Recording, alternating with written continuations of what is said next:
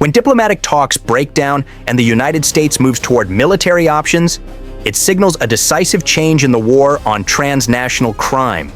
This is the moment when negotiation loses all patience and strategy becomes pure force. For criminal cartels, it means one thing: extreme danger.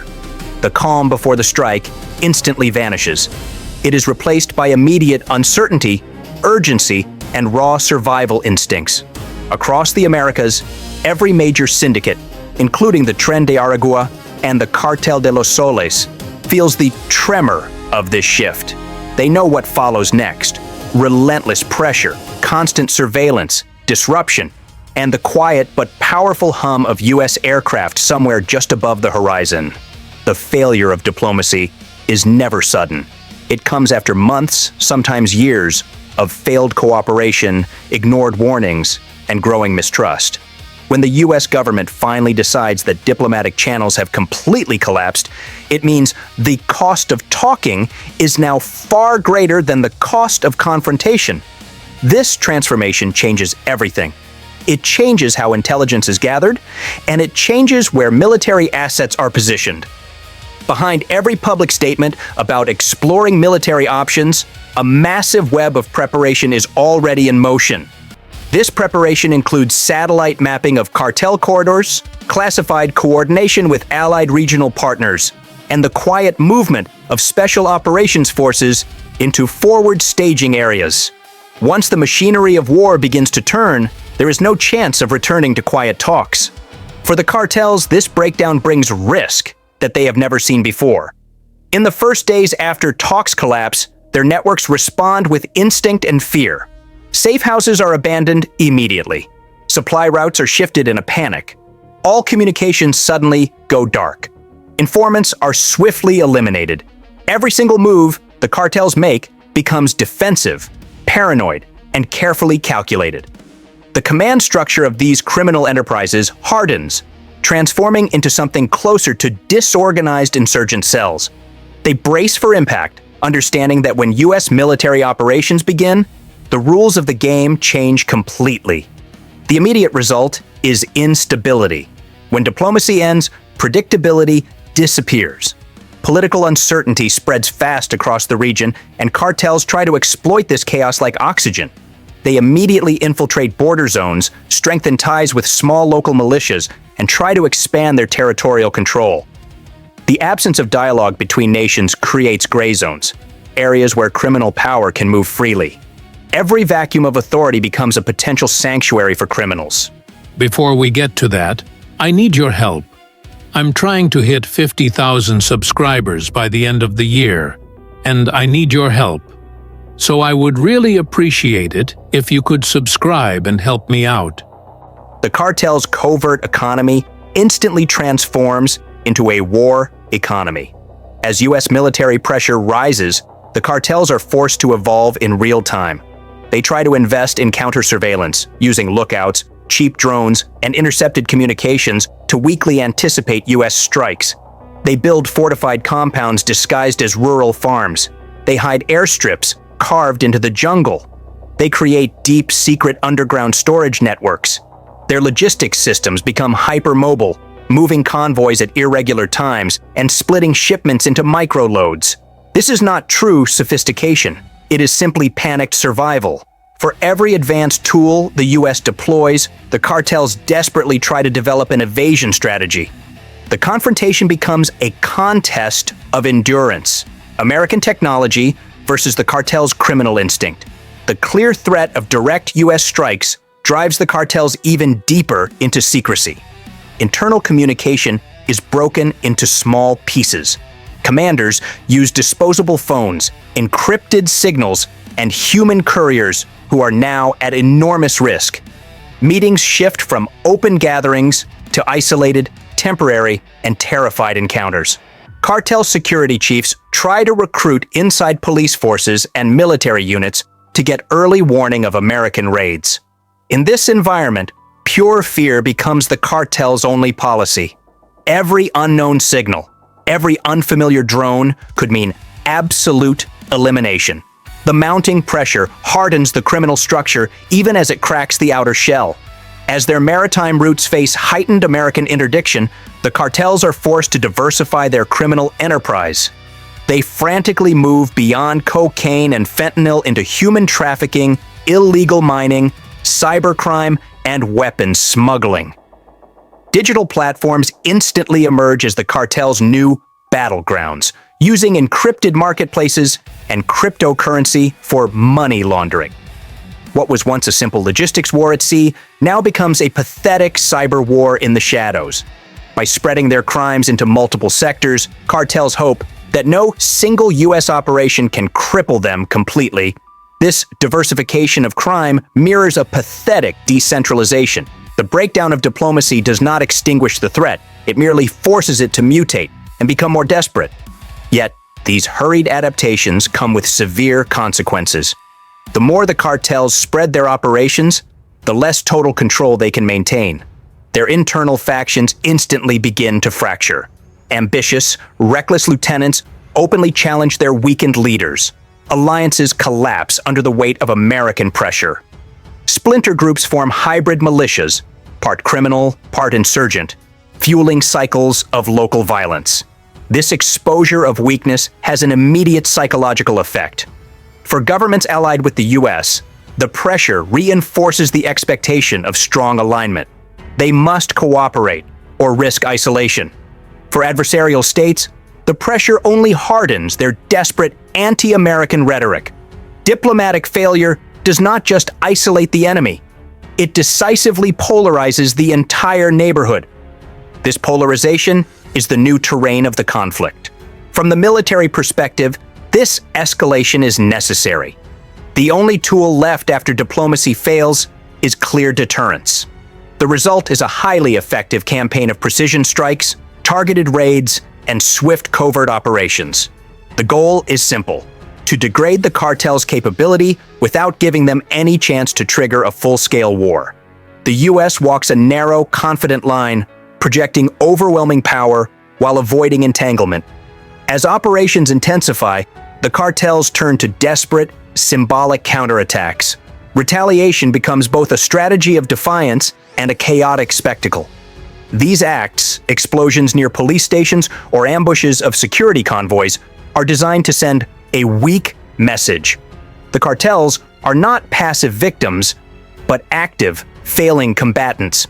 Violence becomes their only form of communication. By targeting symbols of authority, they seek to destabilize morale and force negotiation back onto the table. Before we get to that, I need your help. I'm trying to hit 50,000 subscribers by the end of the year, and I need your help. So I would really appreciate it if you could subscribe and help me out. In this spiral, the logic of crime merges with the logic of predictable, failing war. Economically, the consequences ripple across continents. Military disruptions quickly reduce drug exports, causing temporary shortages in consumer markets. Prices surge, and rival suppliers try to exploit the gap. Within weeks, new intermediaries emerge in Central America and the Caribbean. What appears to be a disruptive success, at first, instantly becomes a redirection. The trade never fully stops. It merely migrates under pressure. Financial networks tied to money laundering adapt by routing funds through shell companies and digital currencies. The invisible, criminal economy finds new lifelines as the visible one burns. The U.S. military gains temporary, decisive control of the skies and seas. The cartels, on the other hand, gain only experience. Each confrontation teaches them something new about American tactics. Each failed strike against them becomes a new, costly lesson in their need for adaptation. Over time, the battlefield appears to equalize, not in technology, but in criminal cunning. The cartels try to anticipate U.S. patterns, using false signals and decoys to misdirect surveillance. They weaponize confusion, making every piece of U.S. intelligence temporarily suspect. The panic is clearest inside Venezuela. Cartel partners there are panicking. The quiet balance they built through bribery and impunity has been utterly shattered by the sudden, real presence of American military force.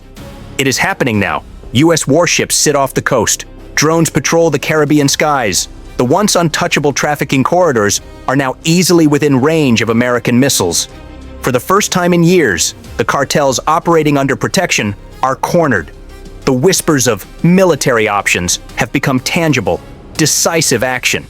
The immediate shockwave was caused by a series of U.S. airstrikes that destroyed vessels suspected of carrying narcotics. The explosions did not just sink boats, they sank confidence. In intercepted messages, cartel intermediaries described total confusion, widespread betrayals, and paralyzing fear. Routes once thought untouchable are being frantically abandoned. Shipments have stalled. The normal rhythm of smuggling has been replaced with frantic, humiliating improvisation. This is what fear looks like at the top of a criminal chain.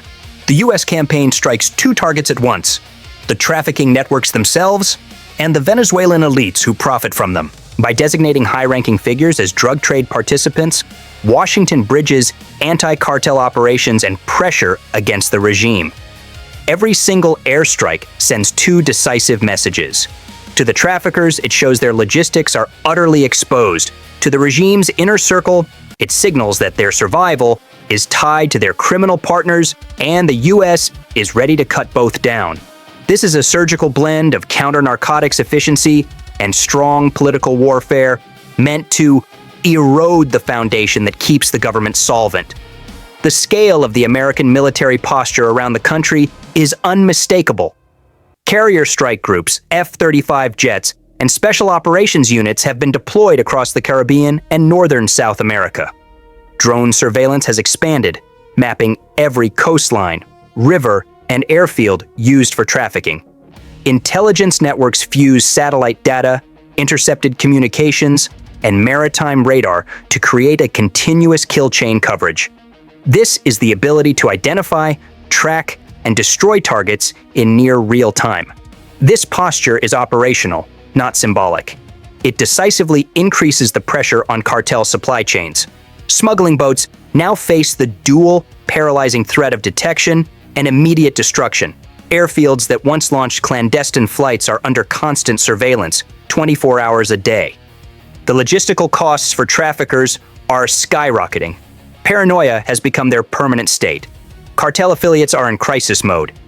Meetings have moved deep inland, away from the coast. Payments are being rerouted through unstable intermediaries in Colombia and Brazil. Intelligence couriers avoid all electronic communication entirely. Sources inside the region describe a climate of suspicion so thick it is choking operations. Commanders openly accuse one another of leaking positions to the Americans. Trusted brokers are disappearing. Even veteran traffickers who survived decades of chaos now admit they have never seen this level of fear. For years, the cartels operated under the mistaken belief that the U.S. would not risk a direct confrontation. That illusion is now completely gone. The line between drug enforcement and warfare has totally dissolved. The U.S. campaign exploits the internal contradictions of the regime. By pushing military pressure to the edge of the territory, Washington forces the government to choose between protecting its sovereignty and protecting its drug-linked partners. Either choice creates instability and shame. If the government defends cartel-affiliated officers, it risks further isolation.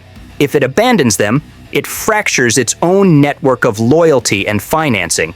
This is a complete lose-lose equation for the adversary. For the cartels, the battlefield has changed beyond all recognition. They are facing a force that does not negotiate, does not corrupt, and does not retreat. American military precision and technological superiority have created a state of permanent vulnerability for them. Drug bosses, who once counted on the territory as a safe haven, are discovering that geography no longer protects them. Drone surveillance sees everything. U.S. naval assets can intercept communications, track thermal signatures, and coordinate strikes within minutes. The ocean that once carried their shipments has become an open, unavoidable trap. The fear-gripping cartel affiliates is about more than just bombs. It is about the devastating uncertainty. When the U.S. labels a criminal an unlawful combatant, there is no negotiation, no trial, and no extradition. That designation transforms drug traffickers into legitimate targets of lethal force. In the past, cartel leaders hid behind state protection. Now, their supposed protector, the government, is itself the target. They are caught and trapped between two relentless powers. This dual pressure forces a reckoning inside the criminal networks. Every option leads to danger. The illusion of invulnerability that sustained them for years is now destroyed forever. Cartels are not simply losing routes, they are losing the luxury of time, of planning, and of predictable response. The collapse of diplomatic talks has removed the protective buffer between criminal economies and military realities. Every shipment is now a gamble.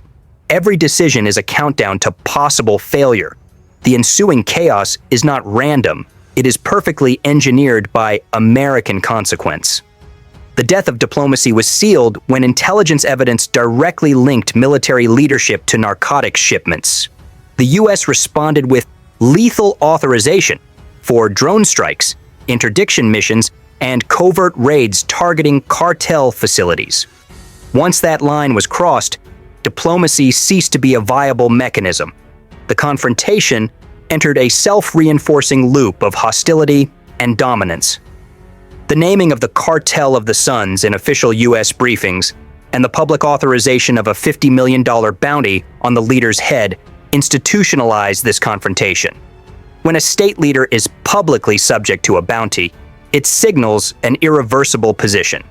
Reconciliation is no longer credible. The message is unmistakable. The leader is not a rival to be bargained with. He is a target to be hunted. This reclassification changes the calculus for everyone within that corrupt circle. The reason a rollback is impossible lies in the deep fusion between the political hierarchy and its criminal networks. Military officers now manage trafficking routes. Intelligence services secure smuggling corridors. Political elites profit from illegal exports. The cartels are not partners of the state. They are the state. This structural integration ensures that any external attempt to dismantle the cartels automatically threatens the regime's very survival. Resistance is the only remaining path for the adversary, even if it leads to their ultimate collapse. The U.S. response solidified with the mobilization of carrier groups and the establishment of intelligence footholds along the coastline. The goal is no longer mere containment, it is dismantlement. This is described as a slow-motion siege, a process that erodes power through pressure rather than a full invasion. Every drone overhead, every seized shipment, and every defection adds another irreversible crack to the adversary's armor. The threat of U.S. intervention creates significant rifts and betrayals within cartel ranks. Fear spreads faster than any bullet. No one knows who has been compromised or who is already talking to U.S. authorities. The very presence of American firepower ignites the cartel's self-destruction from within. For criminal organizations built on loyalty and forced by fear, the mere possibility of targeted raids triggers complete paranoia at every level. The unity that supports the cartel's myth of invincibility is collapsing. It is not the missile that breaks them, it is the anticipation of one. Under this threat, paranoia becomes the only policy. Cartel bosses demand silence, but silence only breeds more suspicion. When a shipment fails to arrive, someone must be blamed. When a rival is arrested, someone must have betrayed them. In this climate, violence inevitably turns inward. Entire cells are purged based only on suspicion. This paranoia totally destroys efficiency. The organization's pulse slows. In a criminal empire built on precision timing, hesitation is fatal.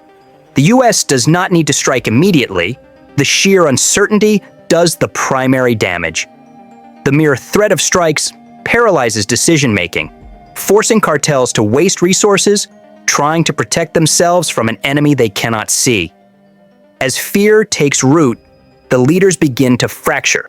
They argue over freezing shipments or risking smaller loads through unfamiliar routes. Loyalty weakens. Violence becomes a substitute for functional command. The collapse of diplomatic channels removes the final layer of restraint. The cartel's traditional countermeasure, buying time through political influence, no longer works. You cannot bribe a missile. You cannot negotiate with a drone. The rules of engagement have changed permanently. This shift proves to global observers that the underworld must now recalculate its expectations. Neutral territories no longer feel neutral. Still, dominance carries risk. The military of the adversary, though heavily outmatched, can still try to escalate through asymmetric means, proxy operations or targeted provocations at sea. The U.S. position, however, clearly favors strength over hesitation. Washington is willing to accept short-term instability in exchange for long-term, lasting dominance. That is the trade-off behind every decisive act. By proving its readiness to strike and sustain the pressure, the U.S. asserts the credibility that rivals have spent years trying to erode. Power, once decisively demonstrated, becomes immediately self-reinforcing. This moment is a critical pivot. The U.S. is not simply reacting to threats, it is actively redefining what constitutes a threat and how to neutralize it. Maritime supremacy, rapid precision, and legal adaptation merge into one single doctrine: control through overwhelming visibility and decisive force. For the cartels, this means a final end to all sanctuary. For complicit regimes, it means inevitable exposure. The balance of power has shifted completely. The U.S. does not just hold the advantage, it dictates the rhythm of events across the region. This is what it means to rewrite the rules of engagement. Power exercised without apology, precision replacing politics, and dominance becoming permanent deterrence. From this point forward, every single actor in the region knows that the United States has reclaimed not just visibility, but inevitability. In the end, this conflict has entered the phase of irreversible brinkmanship. Both sides are fully aware of the crushing risks, yet escalation has become the only form of control. The U.S. uses its military dominance to maintain pressure, while the adversary desperately uses chaos and denial to resist it. At this stage, neither side can back down without complete loss of credibility. The U.S. cannot reverse course after publicly labeling the regime's leader a narcotics kingpin. The government cannot concede without admitting guilt and disintegration. The equilibrium that once allowed a frozen stalemate is totally gone. What remains is motion, downward, fast, and irreversible. The criminal alliance that sustained the adversary for years has long been symbiotic. Politicians provided protection, traffickers provided money. They built an informal state within the state. But this system required absolute secrecy and predictable behavior, and neither condition exists anymore. The shield of political protection that once kept cartel operations safe is no longer reliable. This erosion of protection means an erosion of all control. Political elites lose leverage when they can no longer guarantee criminal immunity. That decisive loss of leverage breeds intense mistrust and widespread panic. What was once an unspoken pact of shared power is now devolving into a humiliating contest for bare survival. The old order cannot endure both internal distrust and external, overwhelming assault. Something has to give.